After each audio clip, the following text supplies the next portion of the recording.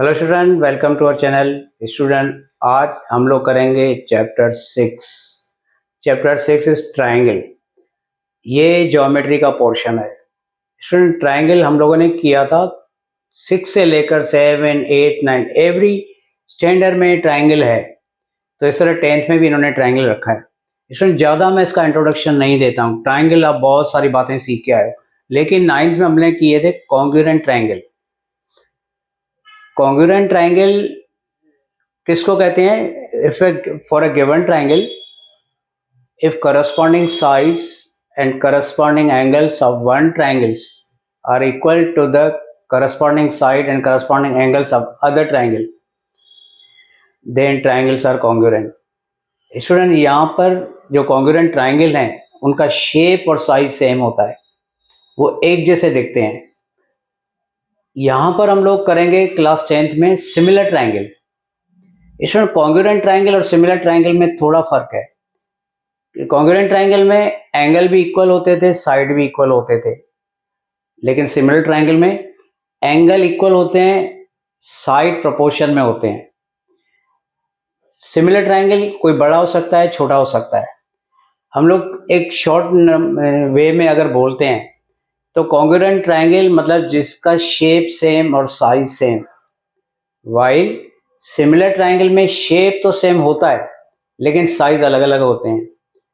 तो class 10th में हम लोग पढ़ेंगे सिमिलर ट्राइंगल। तो सिमिलर ट्राइंगल का थोड़ा ज़्यादा इंट्रोडक्शन मैं देता हूँ। अगर हमारे पास दो ट्राइंगल हैं, उनका साइज कोई भी हो, ये ट्राइंगल ABC, ये ट्राइंगल PQR,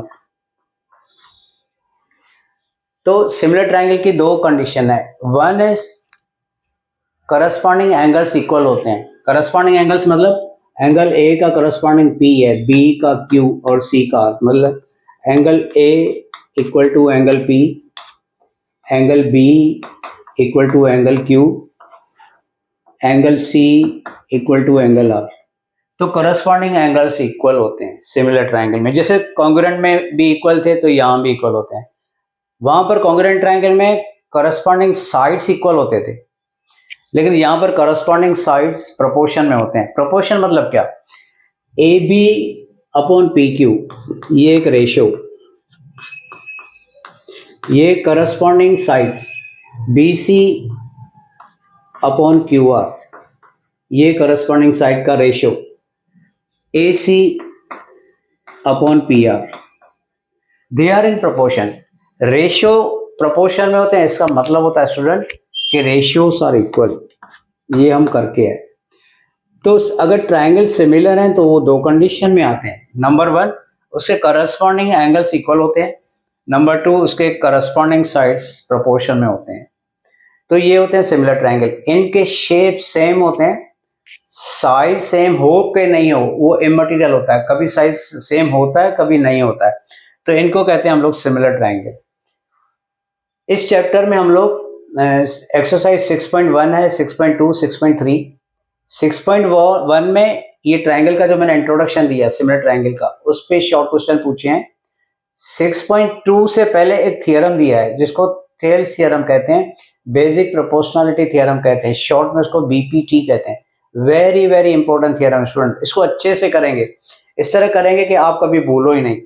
इस थ्योरम पर एक्सरसाइज आ रही है 6.2। अगर ये थ्योरम आपका परफेक्ट है तो एक्सरसाइज 6.2 आपको आराम से आ जाएगा। देन जैसे स्टूडेंट हमने 9th में कॉन्ग्रुएंट ट्राइंगल की क्राइटेरिया देखी थी, इस तरह सिमिलर ट्राइंगल की भी क्राइटेरिया होती है। ये 3 क्राइटेरिया जब हम लोग 6.3 पे चलेंगे, इससे पहले इसको समझाएंगे। तो सिमिलर ट्राइंगल की 3 क्राइटेरिया होती हैं, उस क्राइटेरिया से रिलेटेड 6.3 एक्सरसाइज होती है। तो अगर क्राइटेरिया आपको अच्छी समझ में आ जाती है तो 6.3 भी आपको इजी समझ में आ जाएगा। तो स्टूडेंट, कुछ सिमिलर डायग्राम होते हैं जो हमेशा सिमिलर रहते हैं। जैसे ट्राइंगल में इक्विलेटरल ट्राइंगल, कोई भी दो इक्विलेटरल ट्राइंगल हमेशा सिमिलर होते हैं। दूसरी बात, क्वाड्रिलेटरल में स्क्वायर, स्क्वायर कोई भी दो स्क्वायर वो छोटा हो या बड़ा हो या एक जैसा हो हमेशा सिमिलर होते हैं। इसके बाद सर्कल्स, सर्कल जितने भी हम लोग ड्रॉ करते हैं उनके शेप सेम होते हैं, साइज छोटी बड़ी होती है तो वो भी हमेशा सिमिलर होते हैं। तो all equilateral triangle, all square, all circles, they are similar figures, they are similar diagram. तो स्टूडेंट ये करने के बाद हम लोग एक्सरसाइज 6.1 को देखते हैं। Student exercise 6.1 question 1, fill in the blanks using correct word given in brackets. तो कुछ ब्लैंक्स दे रखे हैं, एक एक ब्लैंक्स को देखते जाते हैं और उसके आंसर को भी समझते जाते हैं। First is all circles are dash. तो स्टूडेंट ये मिला हुआ ऑल सर्कल्स आर डैश, तो ब्रैकेट में दो आंसर दे रखे हैं, कॉन्ग्रुएंट और सिमिलर। तो जैसे मैंने बताया कि सारे सर्कल सिमिलर होते हैं, तो इसका आंसर आएगा student similar. Second, all squares are dash. All squares are dash, bracket में आंसर मिला हुआ सिमिलर और कॉन्ग्रुएंट। तो मैंने बताया कि क्वाड्रिलेटरल में जो स्क्वायर होता है वो हमेशा सिमिलर होते हैं, तो इसका आंसर आएगा। Student third, all dash triangles are similar. तो स्टूडेंट जब हम इंट्रोडक्शन ले रहे थे तो ये भी बताया कि ट्राइंगल जितने भी होते हैं उसमें सिर्फ इक्विलेटरल ट्राइंगल सिमिलर होते हैं, तो इसका आंसर आएगा equilateral triangle. Then fourth, two polygons of the same number of sides are similar if number 1 their corresponding angles are dash, number 2 their corresponding sides are dash, और bracket में दो answer मिले हुए हैं, इक्वल और proportional. तो student first है corresponding angles, तो करस्पॉन्डिंग एंगल्स होते हैं इक्वल। तो ये एंगल्स की कंडीशन कॉन्ग्रुएंट ट्राइंगल और सिमिलर ट्राइंगल में सेम है कि उसके करस्पॉन्डिंग एंगल्स इक्वल होते हैं, और corresponding sides are in same proportion, जैसे मैंने दो कंडीशन लिखी थी इस हिसाब से। तो ये था student question 1।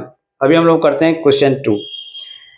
Give two different example of pair similar figure. तो स्टूडेंट सिमिलर फिगर के दो एग्जाम्पल देने हैं जो सिमिलर है। तो सारे स्क्वायर सिमिलर होते हैं, तो हम लोग स्क्वायर निकालेंगे दो, ये एक स्क्वायर, ये दूसरा स्क्वायर, ये 90 का एंगल,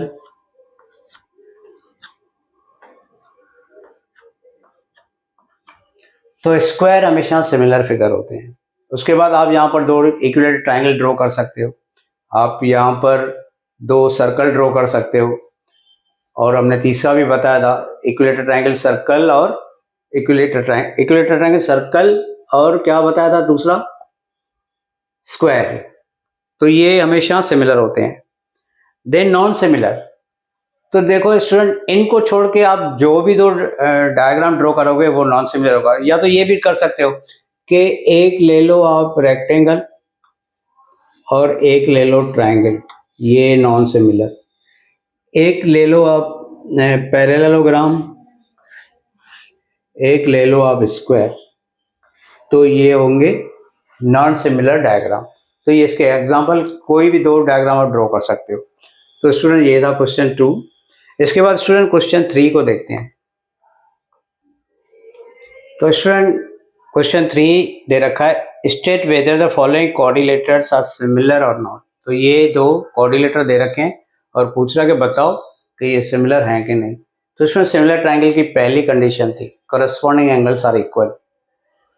तो यहाँ पर देखो ये अगर साइन दे रहा है मतलब ये 90 का एंगल है, ये भी 90 90 90, तो इसमें सारे एंगल 90 के, लेकिन यहाँ पर 90 का सिंबल नहीं दे रखा है, तो इनके corresponding angles are not equal, so figures are not similar. तो इसका आंसर लिखोगे no these figures are not similar because corresponding angles are not equal.